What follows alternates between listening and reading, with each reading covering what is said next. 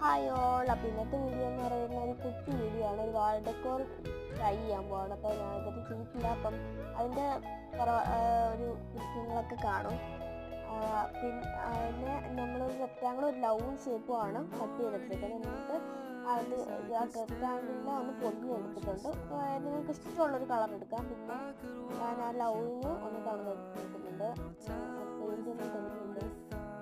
പിന്നെ എന്താ അത് കട്ട് ചെയ്തെടുത്തു, അല്ല പെയിൻ്റൊക്കെ ചെയ്തെടുത്തു.